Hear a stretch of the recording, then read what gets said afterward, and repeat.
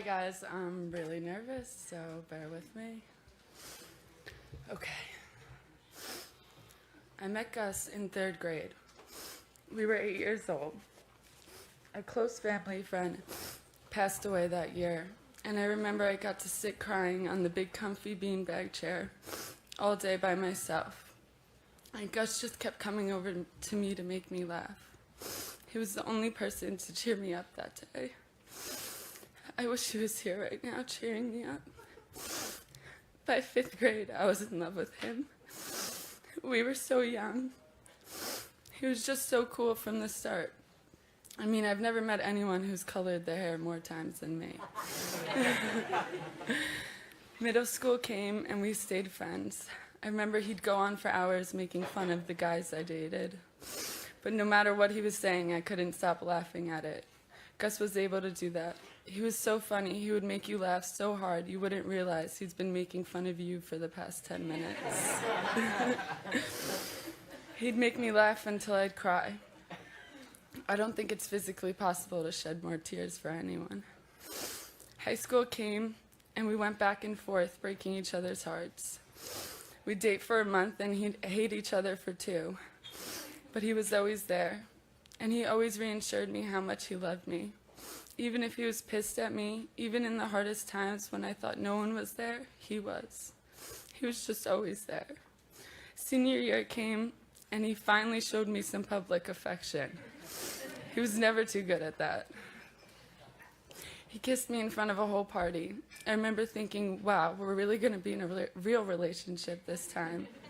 It didn't happen immediately, but eventually. He moved to California after high school, and so did I. He was in LA, I was in San Diego.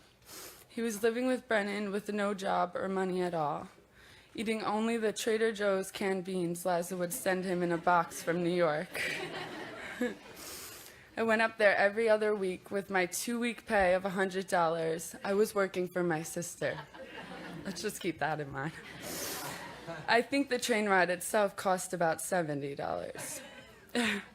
I'd have to steal food from my sister's house and bring it up so we didn't have to eat those beans.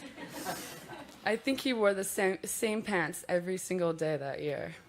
And for some odd reason, it never grossed me out. He'd step out of his pants that were literally molded to his legs. They were so stale they would stand up straight. And I never even flinched. I mean, that's true love if you ask me. He eventually moved back home to Long Beach. I think it took me maybe 2 months to run back after him.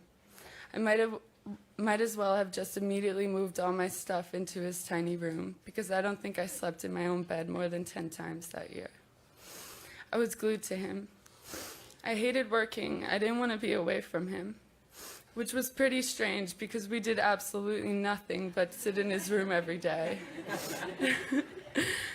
I'd watch him smoke the clips people left at his house the night before because either he didn't want to leave his house to get weed, Ian wasn't around, or he had no money to buy it, which was usually the case, but he never worried about that. He always knew he'd have all the money he needed one day. He always knew he'd be something more. And I can truly say I don't think anyone who really knew him ever doubted that. He had to start kicking me out of his house so he could record. He would tell me he couldn't sing in front of me until he was famous. And then it all started to change. It started to happen. He started to have a fan base, girls started commenting on his pictures, and I started freaking out on him every other day. But no matter how much we fought, he wouldn't stop telling me how much he loved me. We'd break up, and the next minute I'd get a text from him saying, "I love you."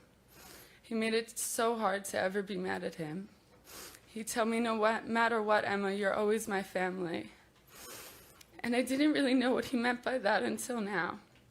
I'd get mad at him and say, "I'm not your freaking sister, Gus, I'm your girlfriend." But now I get it, because I feel like I've lost the closest thing to me. But you know what makes it feel a little better? Knowing he's right here by my side.